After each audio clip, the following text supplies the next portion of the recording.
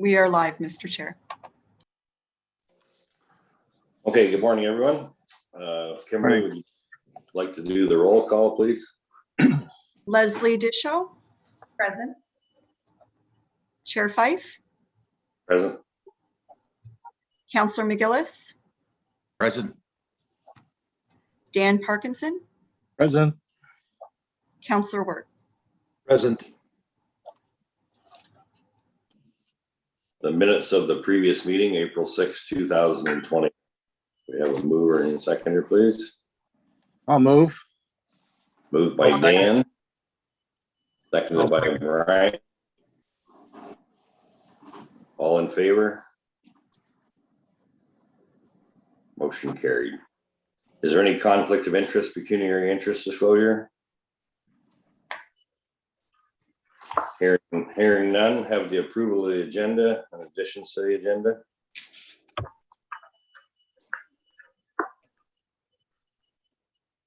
A mover, please. I'll move it. Moved by Brian. Seconded by I'll second. sorry, so is that Jim? Yep. Okay, seconded by Jim. All in favor? Okay. Right. Motion carried. Consent items, OPP report January to March 2021.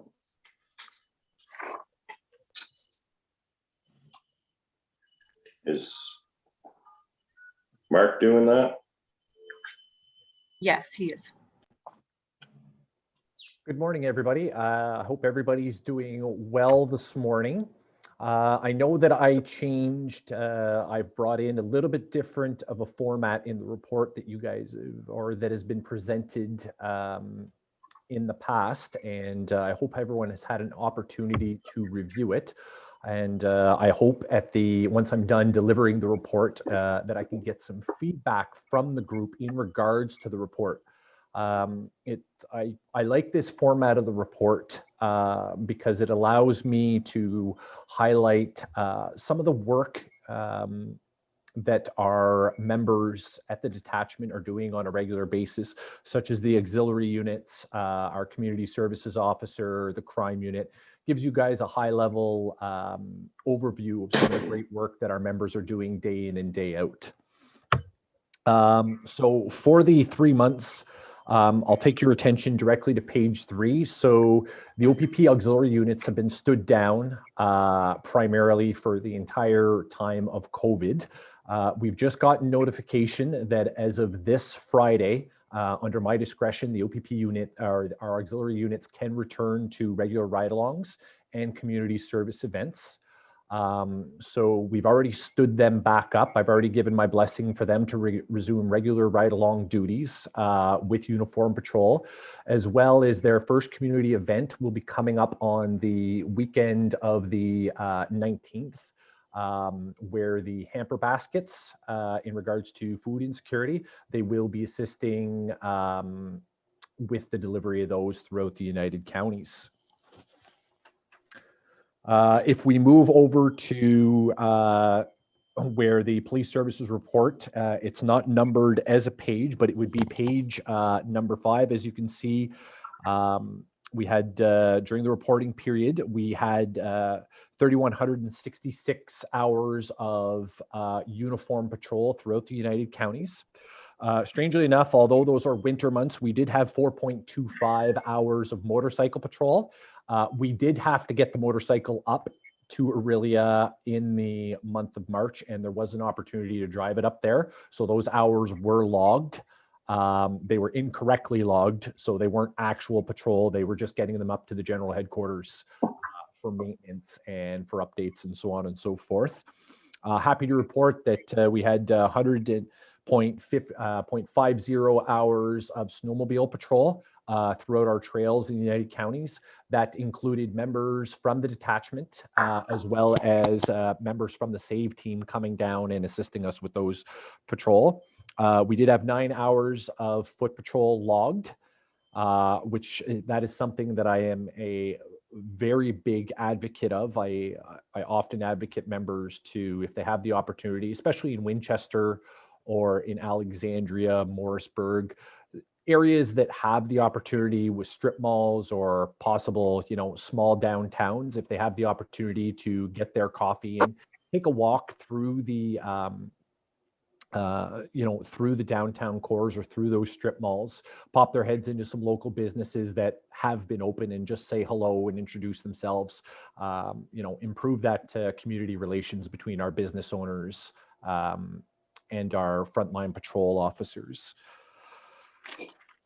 Just moving over to our traffic statistics. So in regards to collisions in the area, I will highlight that we did have one fatal motor vehicle collision, and that the contributing factor was an inattentive driver in regards to that single fatal motor vehicle collision during the reporting period. On the next page, where we get into the violent crime, or we get into our crime statistics. So when these are, as has probably been explained to you on multiple occasions, when these reports are generated, they are generated through our records management system through the UCR count. And that I am not and most detachment commanders are not big fans of the percentages, because the percentages for some people jump, especially when they're presented to your local councils. Sometimes they can jump out at people, such as we see with the robbery. So we had an increase of 2 robberies year over year for the same reporting period, and that gives us an increase of almost 200%. Now, robberies are serious occurrences. They do give somewhat of a skewed view of the actual increase when we only look at the percentages. So I do always caution, please have a look at the actual change in numbers. So 1 to 3. I think a more accurate or a more realistic, I should say, picture of when we are using the percentages is if you move down to the property crime and you look at the number of frauds. So in January to March for 2020, we had 85, and then we report 137, which is an increase of 61%. That is a more accurate outlook for people to look at in regards to percent increases. And I can speak to that increase. We are certainly going to see an increase in frauds for the reporting periods as people continue to be notified about the Desjardins Caisse Populaire data breach that they had. So Caisse Populaire Banque Desjardins. Anytime they inform one of their clients of the data breach, they are also asked to call the police and get a report number, and we have to classify that, and that falls into the fraud category. So we are seeing an increase in those. You'll also see in the crime severity index report that I'm going to present that my analyst does clearly speak to that fraud.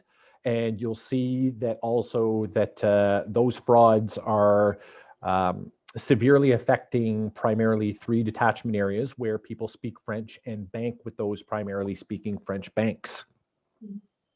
When we move over to the next page, you'll see that our violent crime clearance rate has gone up year over year. So we have a 5.4% increase. And then you'll also take note that for the criminal record checks, we have gone down, and that is due to the restrictions that the OPP put in place due to criminal record checks. We were only doing essential criminal record checks for essential workers during the reporting period as compared to the year before COVID. This I will solicit. So when we move over to the next page and the integrated court officer network, so that is ICON. So this actually gives us an accurate picture of how many tickets are being written and how many tickets are being filed with the courts in SDG. One statistic that is missing here that I've asked that the spreadsheet be updated I've actually asked that the graph be worked properly as well. I'm locked out of the formula bar, so I can't update, but the graph means absolutely nothing at the moment. I apologize for that. But I've also asked that we put the number of warnings, because the OPP's new e-ticketing system also tracks warnings that we're giving to drivers. And as you are aware, the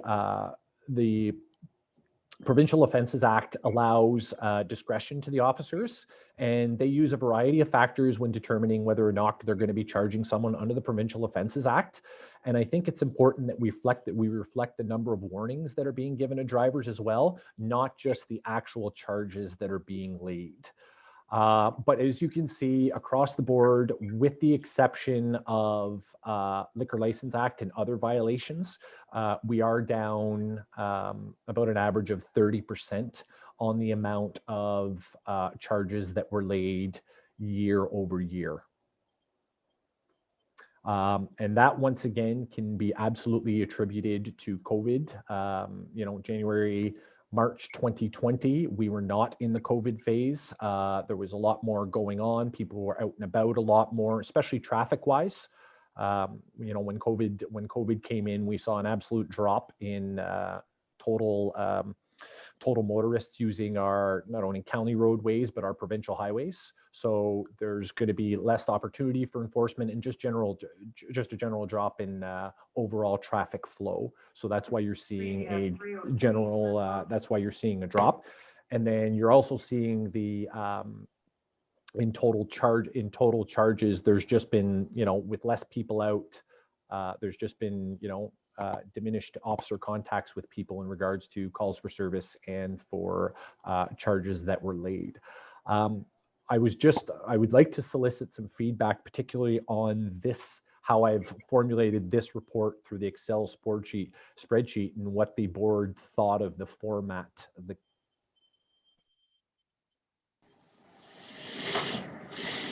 Any comments? Mr. Chair, I might. Go ahead. Dan Parkinson here, Mark. I'm just, well, I'm pleased with the format that I'm seeing here. One question popped into my head in looking at it, though, is the warnings that are recorded as a raw statistic. Does that come along with any personal data that's collected at the time to ensure that we are giving warnings with the same degree to a racialized group than a non-racialized group? So, Chief, Dan, not at this time. The OPP doesn't collect data, doesn't collect race-based or any type of data in regards to the warnings that are given. So the information gets populated through a separate program, not through the record management system. So that is the tombstone data, your driver's license, and your registration information. And that is what is populated into the records management system or into Niche. And we don't collect any of that data at this time. That is something that has been brought up and the OPP is looking at as a whole, but it's not yet in effect. Okay, that's helpful. Thank you, Mark.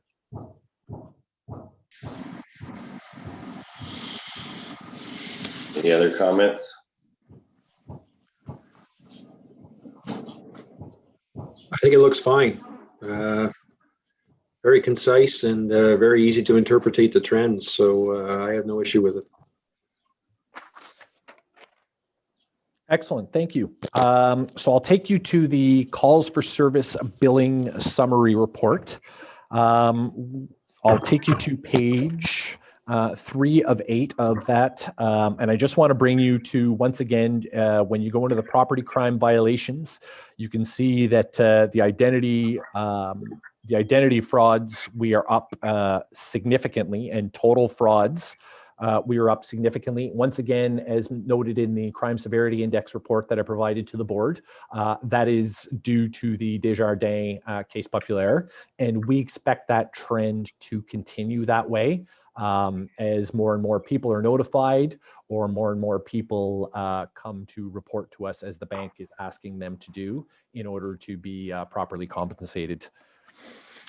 You'll see there is an increase, a notable increase in the amount of bail violations. some of the categories that we have for the billable calls for service, we have catch-alls. So the bail violations have gone up in regards to failing to appear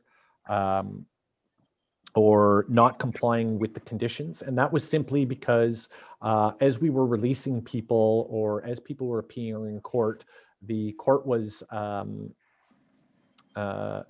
not issuing bench warrants. So they were giving people a grace period in regards to their COVID appearances for a wide variety of reasons. But as things have progressed, if people have gotten used to the new system, whether appearing in person or most of the time appearing virtually, we've started to lay those charges again. So there has been an increase there.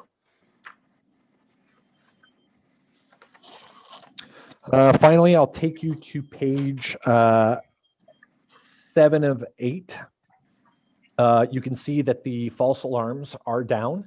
So we went from 79 in the reporting period to 54 this period.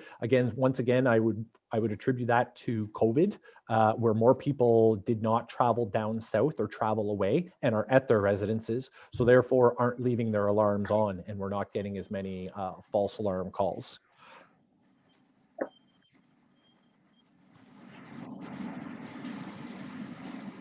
And overall, finally, for the collisions that we had in the area, we have had a slight decrease in the overall amount of collisions that we've had in the area. And once again, we can attribute that again back to COVID, where there's just a decreased traffic flow on our roadways at the moment.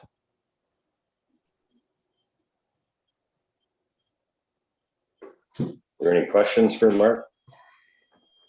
I think it's interesting to see the unintended consequence of measures taken for the pandemic that spill over to different categories of crime and offenses. You know, people are staying home. Obviously, their home's not going to be broken into when they're at home.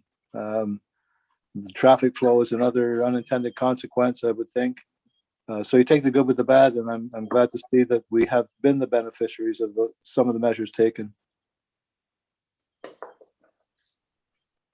Mr. Chair. Go ahead. Yeah, Mark, I don't know if this is the right time to bring this topic up, but on the mental health statistics that we see in front of us, there's a marked increase in 2021. And I was just wondering if you could comment, is that pertain to the availability now of expertise on the ride-along program, or is that just indicative of the COVID impact on the general population?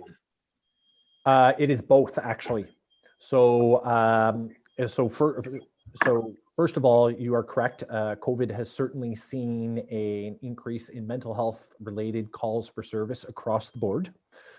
However, with the addition of our mental health professionals that are currently working within detachment with the uniformed officers, we have been paying particular attention to our statistics in order to make sure to properly gather them. The government will be coming out with their criteria for additional funding for these programs that we're hoping to hear from in the fall.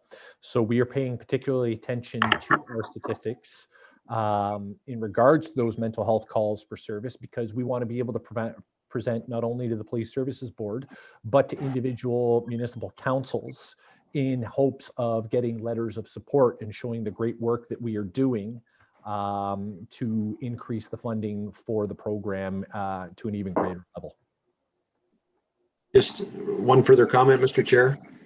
Yes. I think it would be really timely for you to coordinate that report with what you're saving the emergency departments that would formally be dealing with that. So it's a pretty significant statistic that I think would be easily obtained from the hospital. I'm sure they've got those figures first and foremost. So might be a suggestion. Well, Jim, I can tell you that it's actually not that easy of a statistic to obtain. However, there is another detachment that was able to work with their hospital and obtain it. So I do actually have all the raw data. The most complicated data of that is because the doctors do not get paid by the hospital. So they're not paid on an hourly wage. They're actually paid on a per person visit and the type of treatment they deliver to that person. So we had to work very hard with in Lanark County with our health partners there, and we had to come up with a number, $1 an hour per, a dollar figure per hour. And so we were able to come up with that, and we come up with a total. We actually came up with a total emergency room visit dollar figure, and we now can plug all of that data into a backdoor spreadsheet, which will pop out a very nice and pretty report, and it will show us the investment, what it costs per hour for police, what it costs per hour for the mental health nurse. Every time we do not apprehend or bring somebody to the hospital, or every time, we lower the wait times at the hospital, it demonstrates the total savings that we actually save the hospitals and the overall health system. And I can say that once we generate that report and we present it to the board, hopefully, or potentially for our next meeting, as we're just extracting the data now, I think everybody's going to be very impressed at the total savings that it provides, not only our local hospitals, but the health system in general. I think we all look forward to that. Thank you. Mr. Chair, I have one more question, if I may. Go ahead. Mark, you made reference to the crime severity index in your presentation, and it's something that I've raised with your predecessors at the detachment. Is it possible to include just a very brief paragraph or a line or two about where SDG stands on the crime severity index nationally? Because I think it's a good news story. I've looked at those numbers in the past, and you have everything to be proud of about the rates. The crime severity index allows us to measure ourselves against other law enforcement agencies in Ontario and across the country. And we seem to be viewed very favorably with those numbers. We are, in fact, and I'm just flipping through my report, so I can comment on that. So any populations over 10,000 are in the crime severity index. And so for our overall crime severity index, the United Counties of SDG still rank 50th. So we are in the top 50 safest communities in all of Canada. For our violent crime, we rank 74th, and for our non-violent crime, we rank 47th. As mentioned in the crime severity index report, we weren't able to pull the 2020 data as it is not completely available yet, and they're generally about a full calendar year behind before we can pull the entire data out.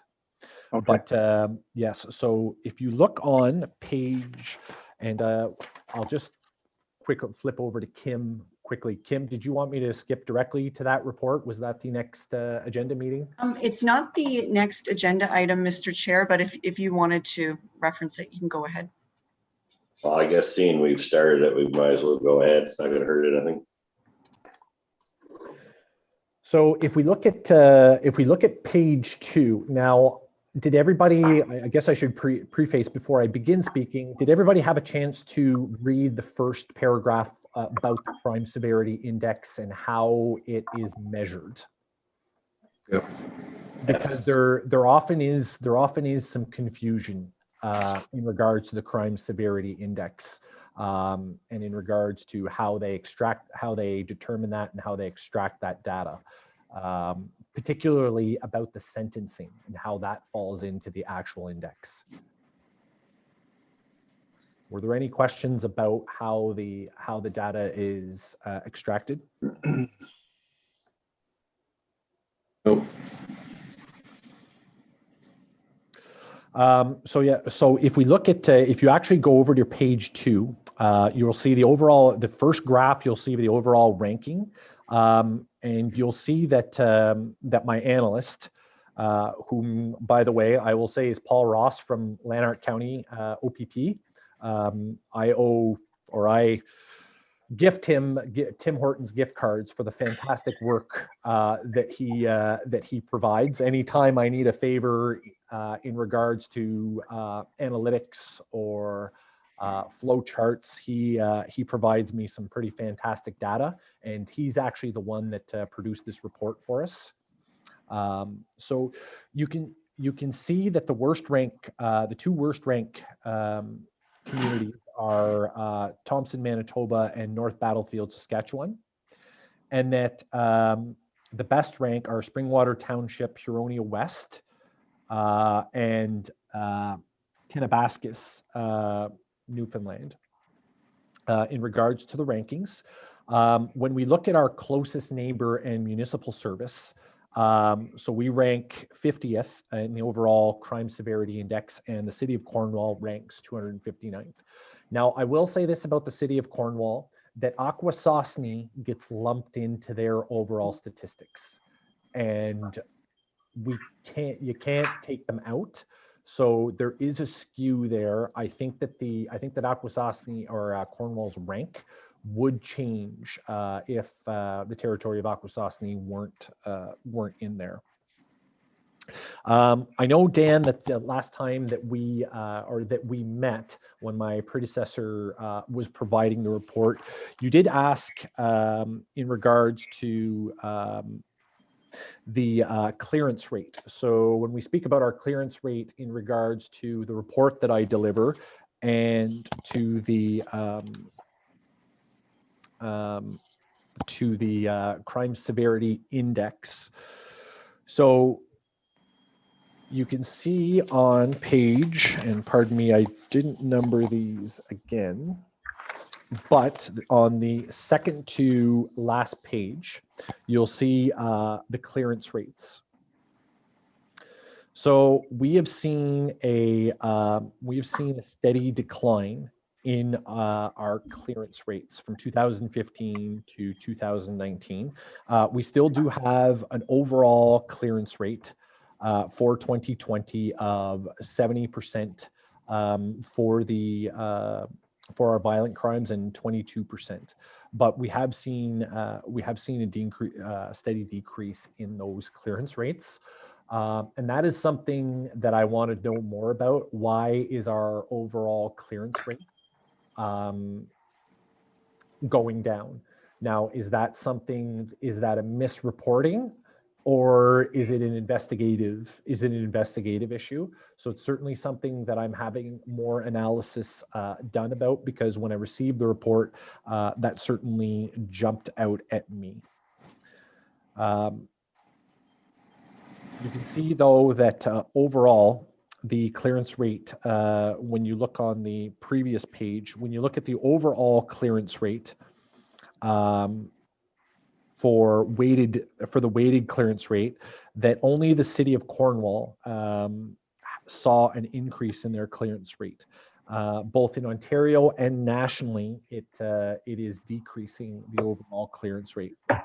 And you can obviously see that we saw a pretty significant drop in our clearance rate. You know, we were hovering above 85, overall 85% for the 4 previous years. And then in 2019, we had a pretty significant drop to 66%.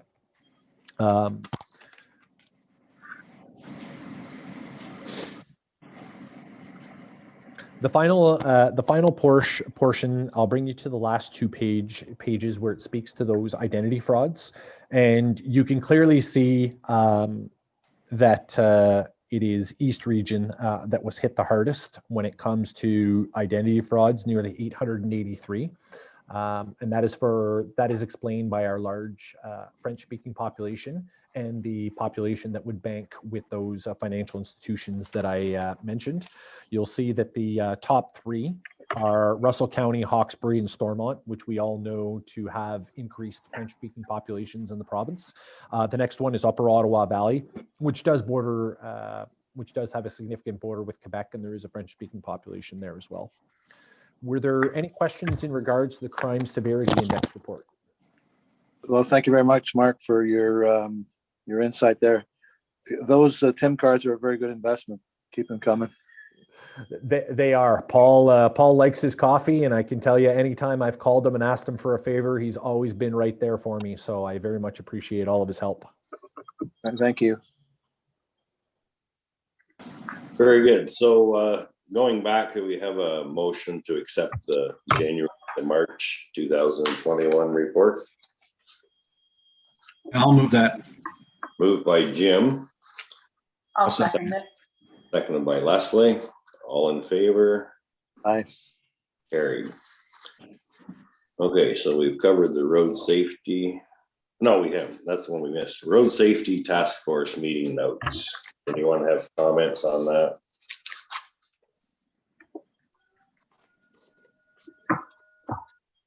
Or does someone wish to speak to it? Certainly, Mr. Chair, if I could add a comment and quickly speak to it. So I would like to say that I did participate in my first road safety council with the group, and I am pleasantly, I was very pleased with the interactions that everybody had. It is going to be a tremendous collaboration to really share information in regards to who is getting the traffic complaints. Are they real? Are they perceived? If they are real, are they an environmental problem? Are they an enforcement issue? And I really see some good work happening together. I know that we're already working on a few projects together, and I can say that, Mr. Chair, you're going to see also an increased communication strategy, both from the municipalities, the United Counties, and the OPP. I know that our one example will be the roundabouts. So the roundabouts in Long Sault, the OPP in coordination with the United Counties are going to be releasing a joint communication strategy through social media to really help educate people. Not so much about how the roundabouts work, but particularly the crosswalks for pedestrians. Which is an issue, and that's really going to help people out as well in Morrisburg, because they're going to be undertaking a pretty large project in Morrisburg where the same type of roundabout is going to be installed, and those same crosswalks are going to be put in place. So we're really going to be able to get ahead of things, and I really think that with that increased communication strategy, we're really going to save ourselves a lot of headaches. And once again, with that collaboration amongst everybody, I really think we're going to take our road safety to the next level. I guess if I could just break in for a second on road safety, my idea is just a little bit different, but I had received a call a couple months ago from a local farmer about slow moving vehicle signs on 138 used as markers for a guy's driveway, which is totally illegal. And I was told by an officer that they would be removed. And I don't travel that road much, but I was down there a couple days ago, and there's still 2 of them on a guy's lawn. And as far as road safety, with the Federation of Agriculture and whatnot, we're always trying to promote that farmers put slow-moving vehicle signs on their equipment, and they are not to be used for mailbox markers and whatnot. So I would like to ask that possibly this person gets talked to again and has them removed. The one guy removed them, but the other one didn't. I don't think it's a very safe item to have on a highway.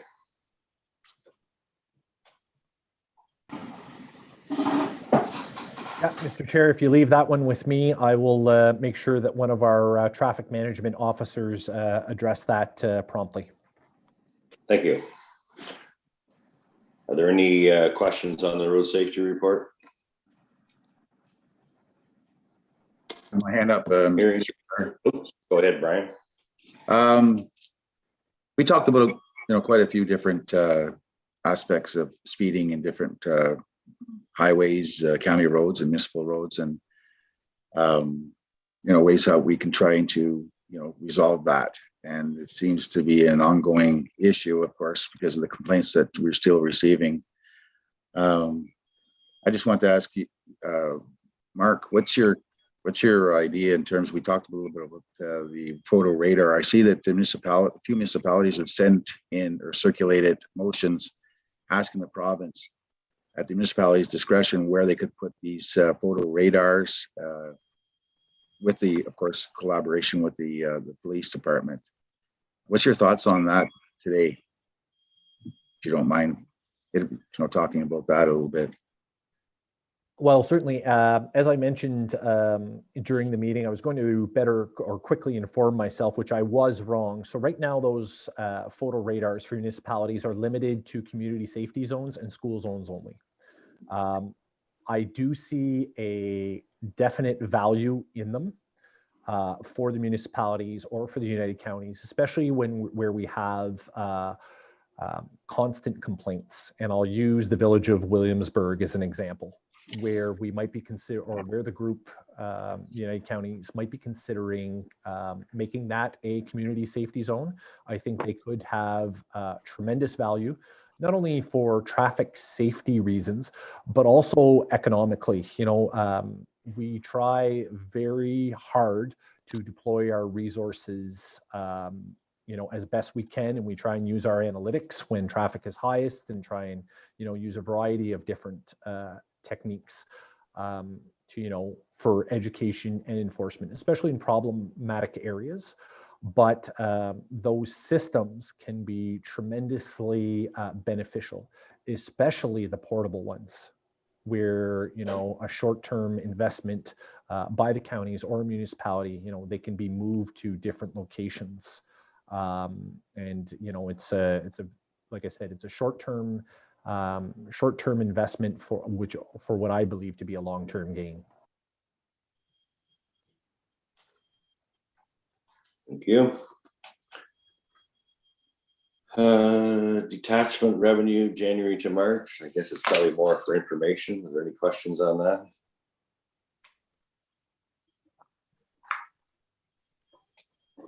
Hearing none, maybe a couple of comments on the decommissioning of Provincial Communications Center in Smith Falls. I had asked that be put on just because I had read a few negative comments from the media, and what it really boiled down to was that the guy was saying that people in Aurelia wouldn't know the local area, and it would pertain to something like that I have heard myself. Well, where George lived 85 years ago in that blue house, well, the person in Smith Falls didn't know that either. So if you want to do a little comment, Mark, please. Well, I can say that the news that came to myself and the rest of the OPP in regards to the decommissioning of the Smith Falls Communications Center was a shock, to say the least. I, having worked in East Region now for over 15 years, I can say that I have friends and colleagues that work at the Smith Falls Communications Center. And I can say that although not all of them live, in this area, most of them live within driving distance of the Smith Falls Communications Center, there is a certain familiarity that they have come to get with East Region and the municipalities that they police. And I think that can still occur wherever our dispatch services are sent off to, whether it be Aurelia or London, most likely in our case, London. I think, would I like to see the Smith Falls PCC continue to operate? Yes, I would. The reasons that were given by the OPP, I can certainly understand. This was not a decision that was taken lightly.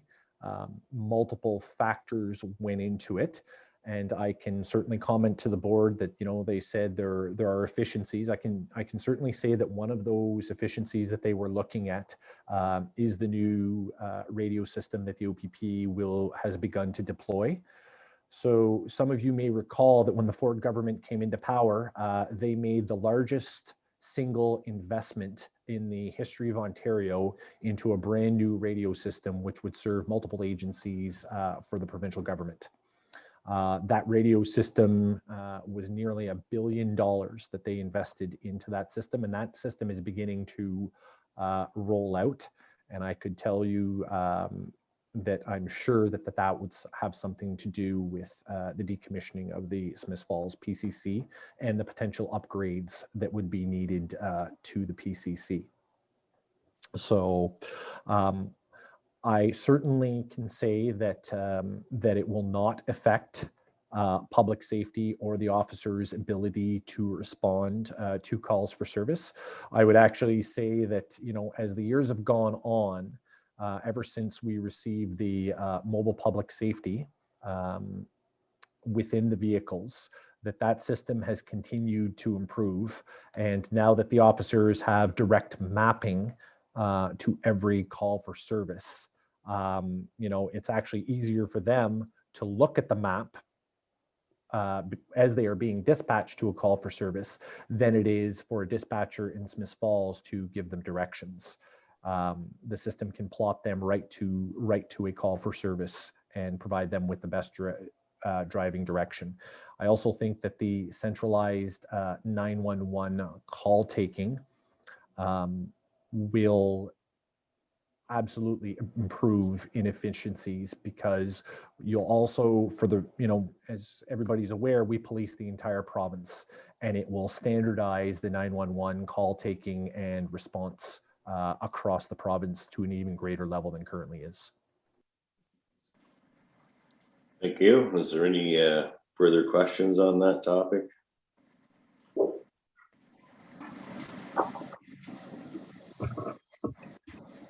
Hearing none, I guess there's no correspondence. Any new business?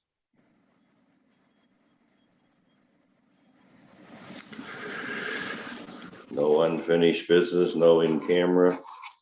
So I just wanted to mention before we adjourn, Mark, you've certainly been baptized by fire the last few weeks since you taken over in SDG. We thank you for that, and keep up the good work.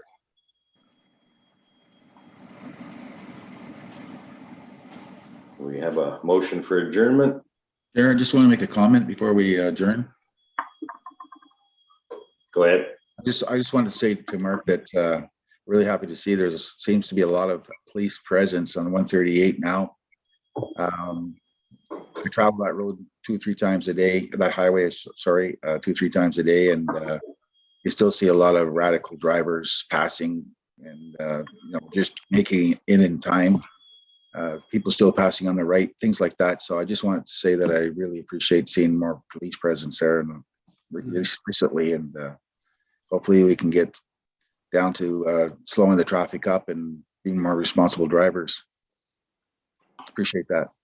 Well, thank you very much, Brian. I always give credit where credit is due, and I would like to thank Staff Sergeant Simon Hardy and Sergeant Jerry Holliday, who sits on the Traffic Road Safety Committee with us. You know, it's their doing that they've really put an emphasis on our frontline patrol and our traffic management officers to, you know, that we continue to see continuous traffic related complaints on the 138, and that it requires, you know, our continuous attention, and we really need to, you know, continue that visible enforcement presence on the 138. Thank you. This time, right now, with respect to the roundabout at the headline in 138, I just, maybe Tim could attest to this too as well. Right now, the MTO are in a design stage. They're looking at starting probably next spring, Tim, to do the construction properly. Yeah, thank you, Councillor McGillis. Yeah, Mr. Chair, through you, I was going to mention that just in the context of 138, we did discuss the issues on 138 last week or the week before at our road task force safety meeting. And Councillor McGillis, Ben and myself had a meeting with the MTO a little while ago, and that design is they've engaged a consultant to do the design for the roundabout at 138 County Road 44 and Headline Road. So that work is underway to do the design. They'll have to go through the the EA process, which is a public consultation. They'll have public open houses through this year. So what I'm hoping is, I don't know what their timeline is specifically, but my hope is that they're able to finalize that design this year. Hopefully the province puts some money in their budget for next year to do the construction, or at least the following year. Brian will know this. I mean, we've made many pleas and delegations over the years to the various ministers, Carolyn Maroney twice now, and her predecessors, essentially pleading with them to work with us to do something at that intersection. So I'm hopeful that it's moving along quickly, and we'll see some action there, because that's as everybody on this call knows, that's a not a good spot. So thank you very much, Mr. Chair. Thank you. So if there's nothing further, I'm very hopeful that this will be our last virtual meeting. It'd be great to meet in person again, and I know the chief of East Region would like to come for a visit, so hopefully that'll work out for the next meeting. So we have a mover for adjournment. Move it, Mr. Chair. Moved by Brian, seconded by Jim. All second. seconded by Jim. All in favor? Aye. Motion carried. Thank you very much.